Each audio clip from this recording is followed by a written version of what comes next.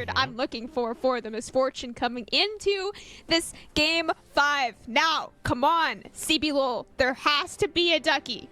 I refuse to believe that we can go 5 games of CBLOL without a single duck. We will cross our fingers for the duck. The rest of the teams will cross their fingers for a win and the privilege to move on to the next round. Here is Revstar and Crastiel going to trade some damage back and forth. The most aggressive early game we've seen so far, Camcom. But in the end of the day, it doesn't look like anything is going to come of it. Nothing quite yet. We really haven't had a single, like, extremely exciting one, level 1 in the series, just at all. It has always been the standard 5 points, see if someone else does anything, and then we might do something. But yeah, I don't think we've had a single summoner spell even burned throughout any level 1. Guigo will find Chiari. They'll knock each other around a little bit. They'll both take a small portion of damage, but I think that'll passively heal up before the minions even get there. First time that both jugglers actually start on the same side here, Camcom, in game number 5. And despite being murdered in game 4, a 21-minute thrashing, 94% of the public still backing the defending champions red here. They have the support. Gigo probably going to quickly learn that this was a red buff start. That'll give some information away to his jungler. And so see Chiari coming from that direction. So they will know we might actually have a Rift Scuttle battle in the bot lane as Gragas will just soak that out of Gage. I want to see if JoJo and company go in at level 2. They've been so good with it, but I have not seen it with Leona Misfortune yet.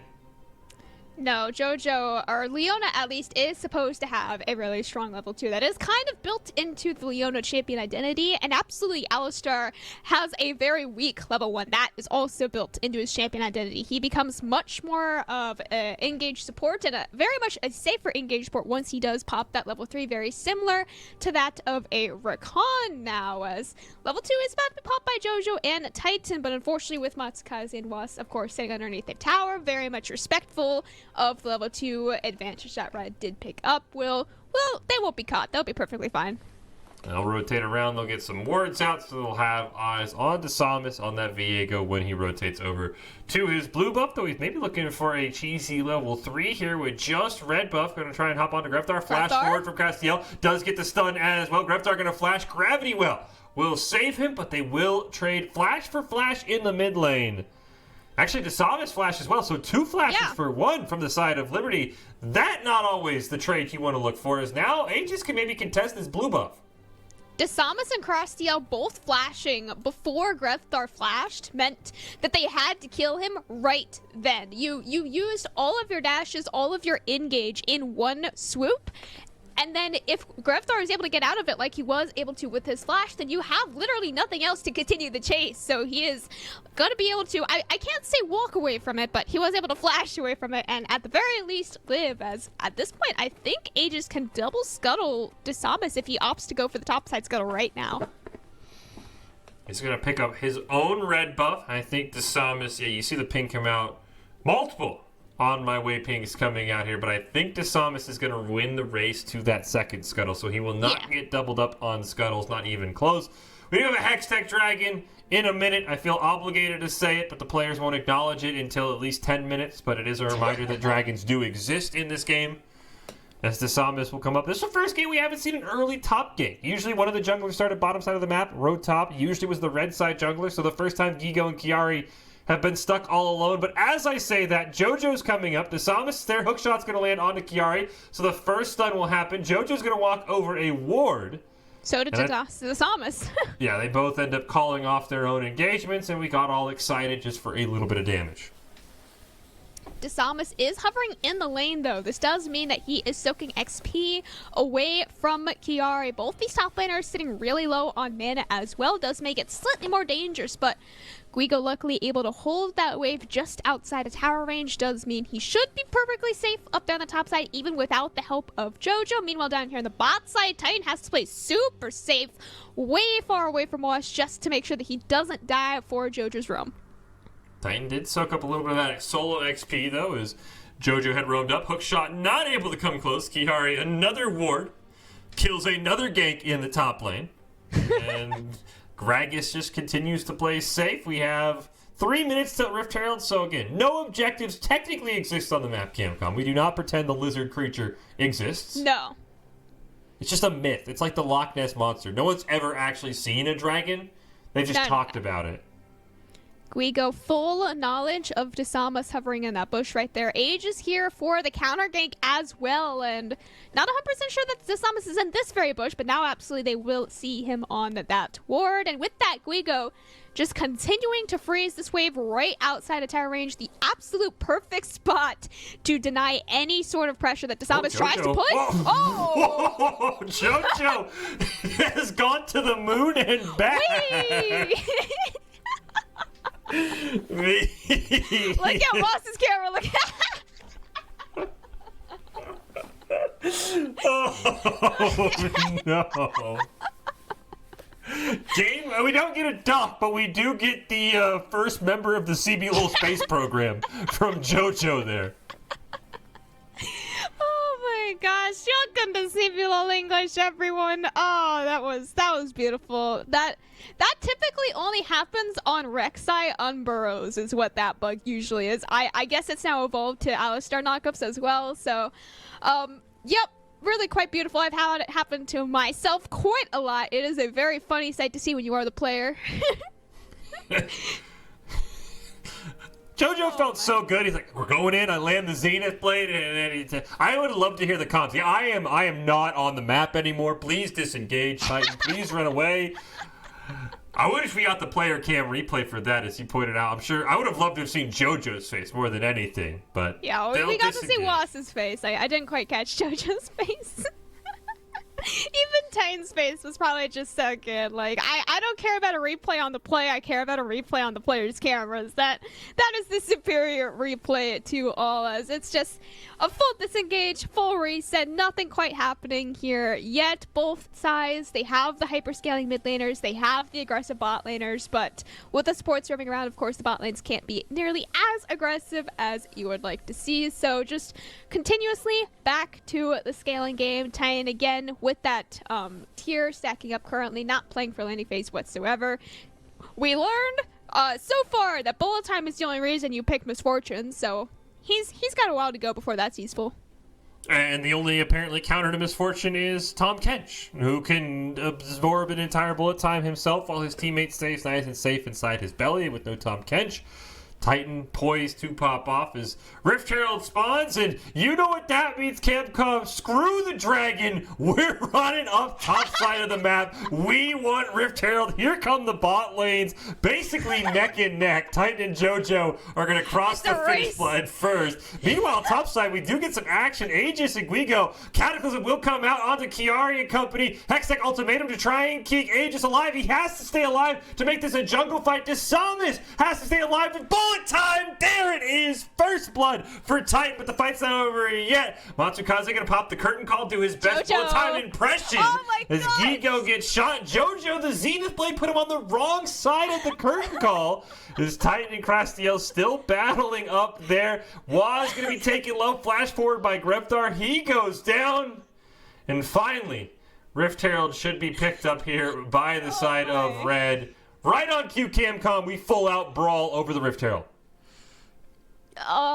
Fish, I have no words. I don't know what I just witnessed. They're not even remind me again, this is a professional game right now. Did they just hand over Rift Herald? Oh my Did they? Guys, please, you just want to fight for it. Oh my. Okay. Fish, okay, we're gonna get a replay of something that we just witnessed. So yes, the original team fight did happen before the bot lanes did arrive. You see right there. I didn't notice that during the real fight, but Titan actually flash healed to keep Aegis alive. So that was both of his summoner spells burned for just helping his teammate. What a nice person, Jojo. He also had the nice person vibe going on. He was trying to block Matsukaze's ultimate. But unfortunately, since he pressed E, he was taken behind him. So he actually didn't block the fourth shot, and the fourth shot killed one of his teammates. And the sad thing is, had he just stood there, he would have blocked it because the code wasn't big enough. All he had to do was not press E. And after all that, Red loses the Rift Herald. I know. We didn't even see that part of the replay. We just saw them start Rift Herald and then get scared and walk away. Game 5 has had... This series has had everything, Capcom. This should be a best of 7. I want to see more of these teams. I don't even care. This should be the championship. No one can top the pure excitement that we have had in this series between these teams. It's the do nothing for 8 minutes vibe, and then we all just collectively, like, I swear this has to be pre-planned, right? Like, there has to be something going on before these games where the teams just talk about it, like, guys, we're going to do nothing for 8 minutes, and then at the exact 8-minute point, both of the bot laners walk up, completely ignoring each other, completely ignoring the dragon, completely ignoring minions, and we're gonna fight 5v5 over the Rift Herald. That is the CBLOL way right here in a playoff best of 5 game 5. That's how you earn your way to play Furia next week. It's not about the smart plays. It's about making the CBLOL effective plays. The Hextech Dragon did finally go over to Liberty at about 10.5 minutes, which has been right on pace ever since that first game. I don't remember which jungler had the audacity to take a 5-minute Dragon. As Gigo, hookshot actually misses. It goes right through. Explosive cast will also miss, but Desamus is there as well, so Gigo has to use the Hextech ultimatum defensively. But as soon as Camille walks out, it's canceled, gets the physical shield, and stays alive. Teleport coming in as a Realm Warp will also happen. Everyone goes up topside for nothing.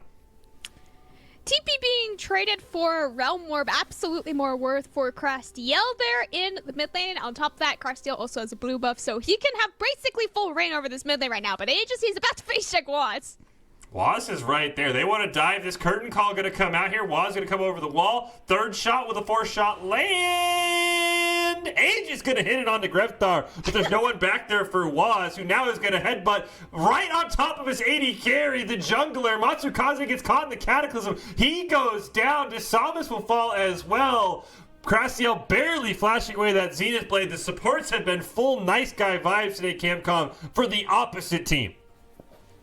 For the opposite team, sometimes, yes, but that was a beautiful, beautiful dive from Liberty. Unfortunately, it just did not go in their way whatsoever. TP now being channeled on the bot side by Crastiel just to make sure that Titan doesn't get any extra plates. Titan, I believe, was the only member on the map not there in the 9-man goon squad up on the top side at our turret tiers. Yes, it was absolutely everyone else. TP was used by Camille to get into the fight as well. So, you know, some solo plates being picked up. I think 3 solo plates even by Titan on the bot side, just completely on his own. That is the counter map play that is definitely more important than this team fight right here. It was all over the Rift Herald being dropped as well. So anything that Red was able to turn back was just multiplied by the fact that more members of Liberty were not able to pick up more plates off of the Rift Herald. So 2 kills in their favor. Meanwhile, Titan, again, the observers just absolutely love his player cams. I saw it live as well.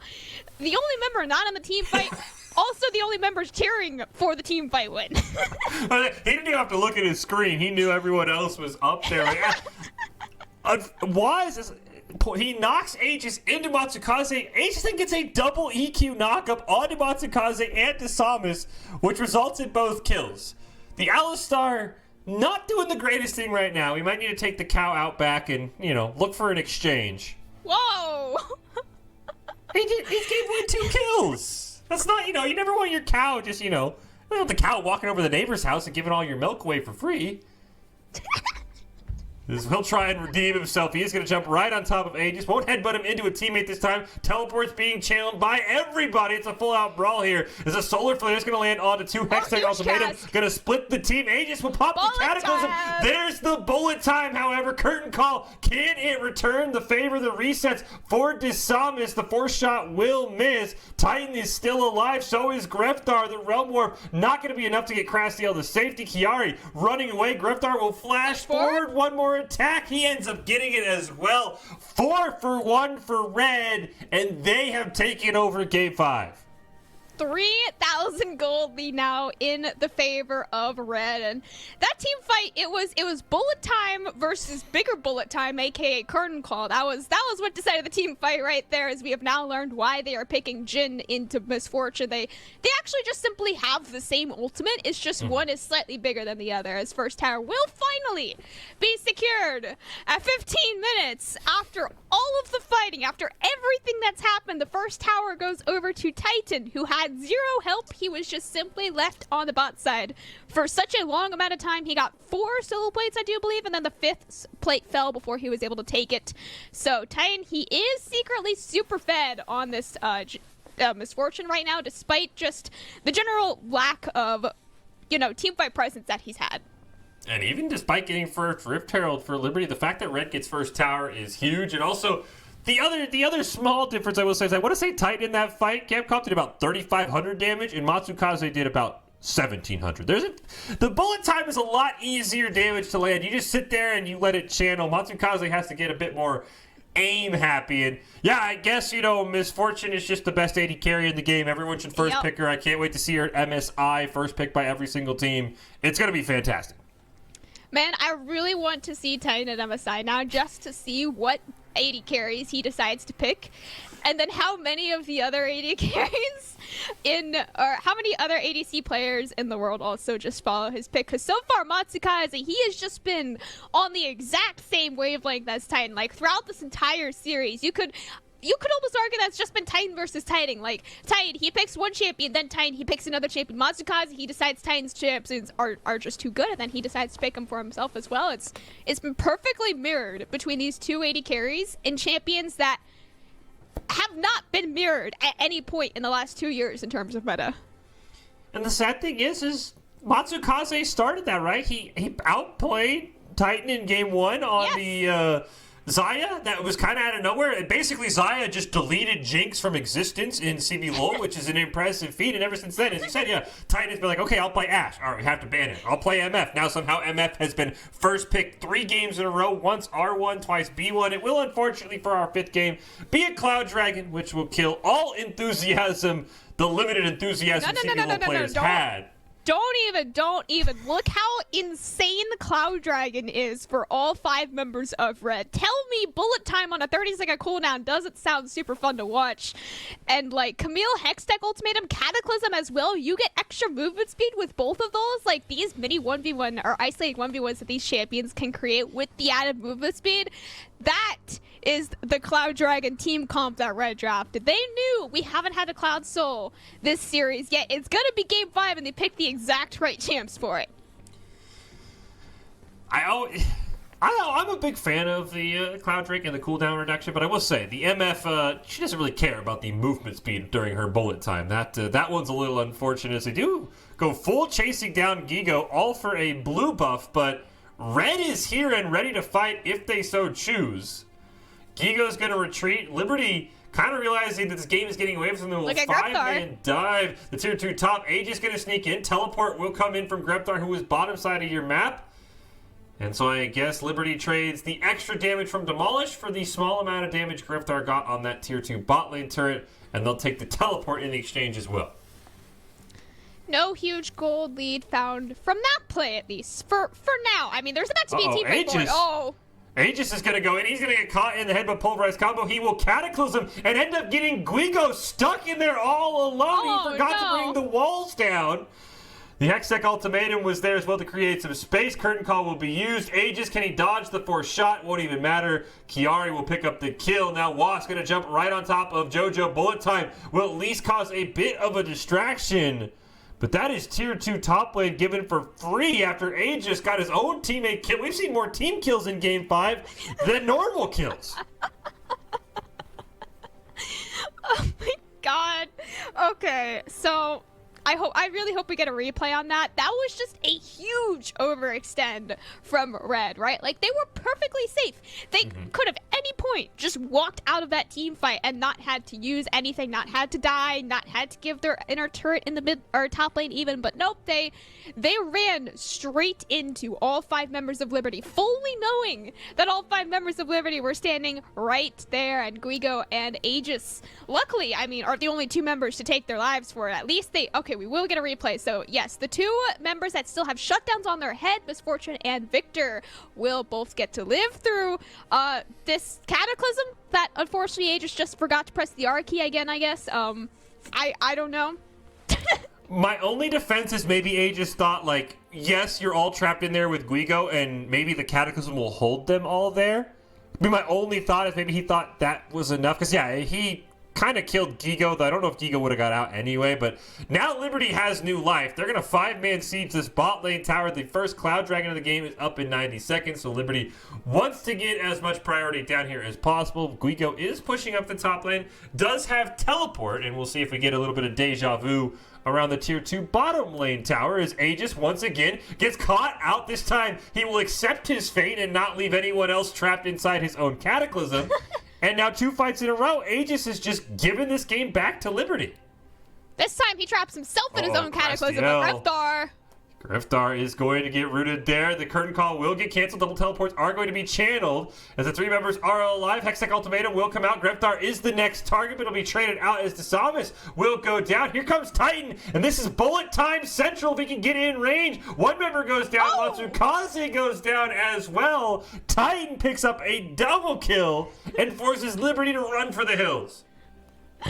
Titan even, he didn't even have to press star there. He pressed Gale Force and Matsukaze. He just evaporated in front of Titan's eyes. Guigo, my friend, you cannot be walking up this wave when you don't know where Crestiel is. Hookshot, though, is actually able to keep him alive right there. And 15 seconds remaining to this next dragon. Desamus just respawned on the map. Aegis beelining it for the Baron on the opposite side of the map. So is it going to be a Baron for Dragon Trap? I have no idea. Titan has been playing split push Misfortune, by the way. I'm not really sure why he doesn't have teleport at this point, but he's off just split pushing on his own. Dragon's up, whatever, you know, give it to Liberty even though they lost this last fight. Titan is going for the, I'm going to get so fed no one can stop me. 210 CS, 4-0-4. He's trying to redeem the Misfortune name after Matsukaze was robbed of MVP last game, Capcom. Yes.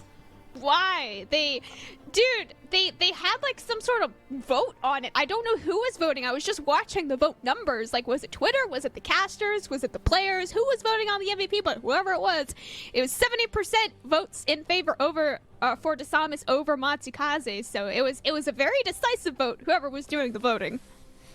Yeah, you and I are on the same page. I feel like unofficially we should say you are still 4 for 4 on MVP predictions because I'm not sure what. Maybe they were watching this game. Maybe Desamus pops up in this game and they're just from the future, and that's why they were voting for it because that did not feel like an MVP. He, you know, I don't want to say deserved because he played well, but again, what was Matsukaze like 8-0-10 on that Misfortune last game? It was honestly impressive. But we'll see what happens. Maybe Titan can redeem the Misfortune name. Yes, right now he is sitting real pretty. They did get that Cloud Dragon over to Liberty, but you can see Red hovering around the Dragon. Gigo does not have teleport, though, so this is a very interesting Baron hover for the side of Red. You know what? Wait, never mind. I'll hold that. Okay. No, Kiara will be all right. You know what I really wish we could do, Fish, is interview the players. I have so many questions right now, and I feel like the players are the only ones that could ever answer any of my questions. So are you sure? Maybe a coach interview? I don't even know, man. Like, yeah, there are so many things this game, man. So many things this series. Like, how did they come up with the Misfortune? How did it become this high prio? How did it become this high win rate? How is it actually playing so well with now a 650 shutdown on her head?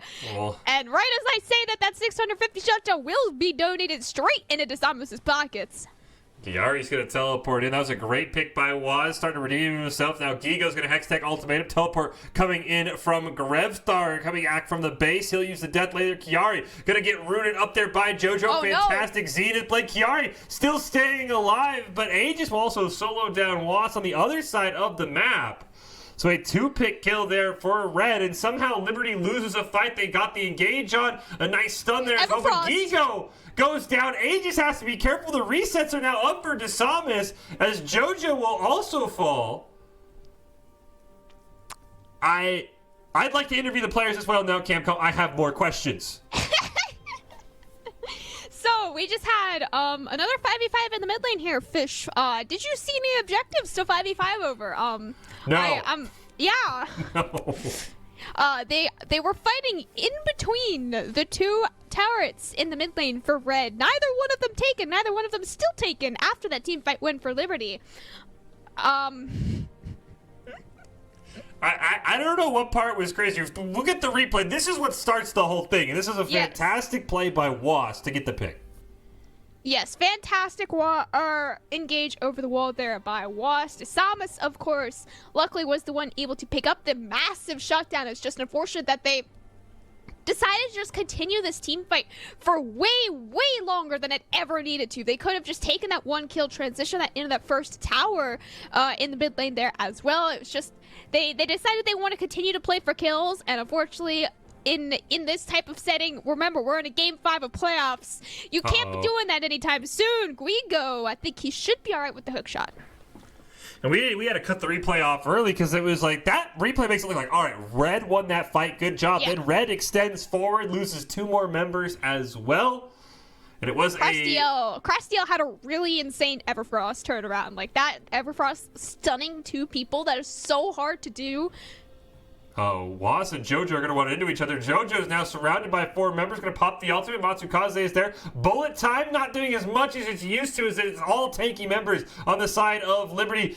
Aegis trying to get away. Guigo now caught, and he's the Hextech Implementum on to Desamis. He will go down, but it's a 1-for-1 trade. Titan's still full life, so is Matsukaze. Both ults have been popped, and everyone will turn around, and they'll just trade 1-for-1. Jungle for top laner traded there, neither one having a shutdown, so it is largely an even trade. But with that, Liberty will finally remember that there is still an outer turret standing here in the mid lane. Final outer turret on the map will finally fall. We are now officially heading into the mid game here. Fish, 20 seconds remaining on the soul point for Liberty. I think that they can 100% be able to take it unless they all decide to reset right now, which one member is, but I think they don't have a jungler. They do not have a jungler. This is correct. I think they're scared to take it without a jungler. Scuttle. Scuttle. Let's go Scuttle. Matsukaze gets the scuttle, but without a jungler, Desamis just respawning. Liberty didn't feel like they had priority, so Aegis now will pick up the dragon for Red. I easily could have burned that down, Cam. I'm really not sure. Smite is not that important. You are speaking to the gods of the scuttle crabs. I have lost. I don't know what is going on in this game of League of Legends. There are things happening. There could be a 5v5 here in the mid lane. I think Liberty are just going to decide they've had enough and decide to start the Baron for themselves. That could be a very exciting 50-50. Well, unfortunately, it doesn't even know at the moment. Red has no idea. Finally, the pings come out. Gigo's in the bot lane, but he doesn't have teleport. There's no wards, though, for him to get in range. Baron now dropping below 7,000 health. Gigo has not started the teleport yet. I think he's looking for a ward to TP to, as he's just honestly standing still. Here we go. Here comes the teleport. Baron will be reset. Waz going to jump onto JoJo. Disengage with the hook shot as well. Aegis gets a 3-man cataclysm into the bullet time. That's just how they drew it up. Plus the Chaos Storm. 3 members go down. Desamis is able to at least help Matsukaze pick up a kill, so it won't be a full 5-0, but Matsukaze is just going to get simply run down here. Might even be able to trade here with Aegis. Does go for the reload. Walks in a turret. Titan picks up the kill. Cataclysm into bullet time. What season is this Camcom? Because that was fantastic. Absolutely huge play by the jungle 80 carry duo of Red Canids. I mean, I like how at the end of that, by the way, Matsukaze just out of sheer fear cleanses nothing. Like, nothing was on him. He just cleansed because he got terrified, I think. But yes, we do get a replay. I kind of wish it was a slow-mo replay, but you know, Realm Warp, it was all just a bait. It kept Grevthar and Titan out of the fight while the rest of Liberty walked in. But they walked in without having any vision. They have one single ward, that being that single ward right next to Alistar's dead body that you can see. So they all walked in just that far all together, forgetting that's the cleanse I was talking about. Forgetting that you can't actually all 5 face check into the wombo combo. If they're lucky, a Solar Flare wasn't available as well. Solar Flare into Cataclysm, into Bullet Time. All 3 of those land, everyone is going to die, and then you could just clean up easily after. Baron was taken as well during the replay by Red, so it's just all going in their favor now. 6,000 gold lead on top of that as well. Well, remember, Aegis is on Jarvan just because of all the jungle bans. There's a huge Zenith Blade lands onto Waz, and that's actually going to cost him his life. Not even the Unbreakable Will. No respect for JoJo there by Waz. Got caught channeling the Hex Flash. Now he goes down, and this opens up the map for Red. They're going to get a tier 2 bot tower. They can probably keep shoving Kiari's top side, but a Gragas is never beating a 4-man Baron push. Bot inhibitor going to go down with ease. Kiari has now just finally started the back, and I think Red, they're not going to go for the end. They'll just simply go for the win more strategy with this mid inhibitor as well. 2 inhibitors now taken away from Liberty. Lots of gold will be funneled into their pockets if they are able to keep their base alive for the next 5 minutes, but objective bounties are spawning on the map for them as well. Excellent power play, up 3,000 gold just in the last minute and a half now from Red, so that is exactly what you'd like to see from some... Okay, Guigo. Okay, deep breaths, it's okay. Baited out the Everfrost in its 60-second cooldown. It's 20 seconds. Don't tell Gigo that, okay? Don't tell him. He wants his play to feel really cool. Okay. Guigo, it's a 60-second cooldown. It's not 20. It's not going to be back up, Gigo. Look, you did a great job. Your death timer is definitely that longer than Everfrost cooldown. Oh, man. Red is... This 3,000 Baron power play is really what has pushed this game open. As they are probably going to get tier 2 top. I would assume they're just going to go 5-man stuff it. Gigo nearly has teleport to join the fight. So he can just push mid all he wants. Fish, I think it's safe to say that this has been... by far and away the most exciting game of League of Legends I have ever seen in my life. Nothing can come close to this.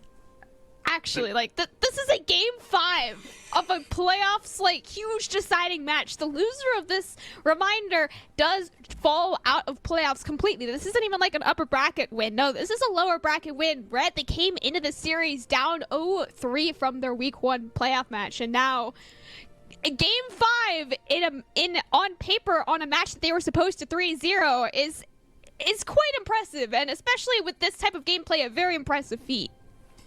They'll start sieging the top inhibitor turret. I mean, all eyes are on the rest of the base as well as the minions have started to break through. Keep your eyes on that Cataclysm bullet time combo. Curtain Call gonna start the fight. Samus will get jumped onto. Turret will go down. Curtain Call will end. There's the bullet time. Was nearly one shot. He will go down. Crastiel will realm warp to get back to base, but none of it is going to matter unless Matsukaze and Crastiel can have the greatest base defense in history. It looks like Red, after 0-3 by Kaboom, are going to move on to next week to take on Furia. They'll pick up the pieces. They'll win